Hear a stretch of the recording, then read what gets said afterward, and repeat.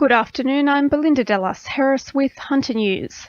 The Hunter Development Corporation looks set for a compulsory acquisition of Newcastle's heavy rail corridor today, with the New South Wales Supreme Court to hand down its decision on the legality of the truncation this afternoon.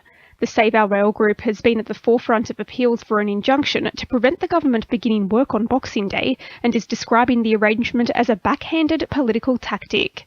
Greens councillor Michael Osborne says the process has been poorly handled by the state government.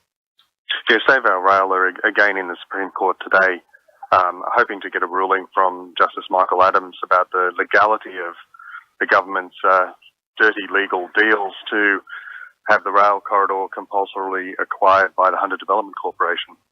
However, Newcastle Liberal candidate Karen Howard says she's confident that the government's plans will go ahead as promised. It's fantastic to see the Liberal and national government getting on with the job of revitalising Newcastle. We've been hamstrung by indecision and lip service from Labor for decades now.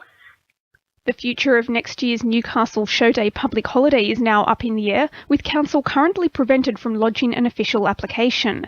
It's emerged Councillor Brad Luke put forward a rescission motion on the night Council voted in favour of granting the public holiday, delaying further developments on the application. As Council now prepares to break until February, the application isn't certain to pass before the March 6 show day. Brad Luke says a show day public holiday would create a number of complications for workers and businesses across the Hunter. Many people will simply lose their work. Anyone who's casual simply doesn't get a job for that day because the wages aren't worth paying. Cafes, etc., bring in their staff. Newcastle and Hunter Lifeline is preparing to receive more than 300 extra calls for help every day during the week between Christmas and New Year.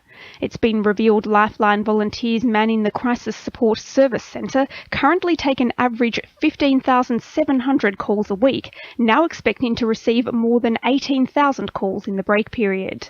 Emma Askew from Lifeline's Newcastle Hunter Telephone Crisis Support Centre says people need to be realistic this Christmas. This Christmas, our message to people is to be kind to yourself and don't expect that perfect Christmas. And it can just help take some of the pressure off. And if you're feeling down, to tell somebody, or you can call Lifeline even on Christmas Day, 13, 11, 14, and making sure you don't go over what you can afford to spend.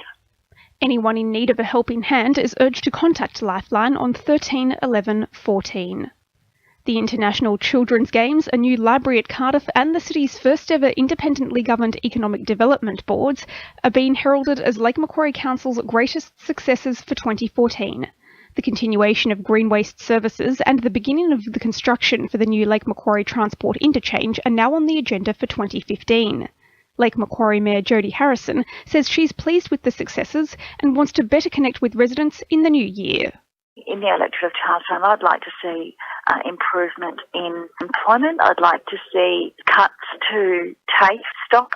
I've also been meeting with registered training organisations about the effects that they're experiencing as a result of smart and skilled changes. And there's certainly got to be some pressure put on the government to improve the lives and employment of people within Charlestown.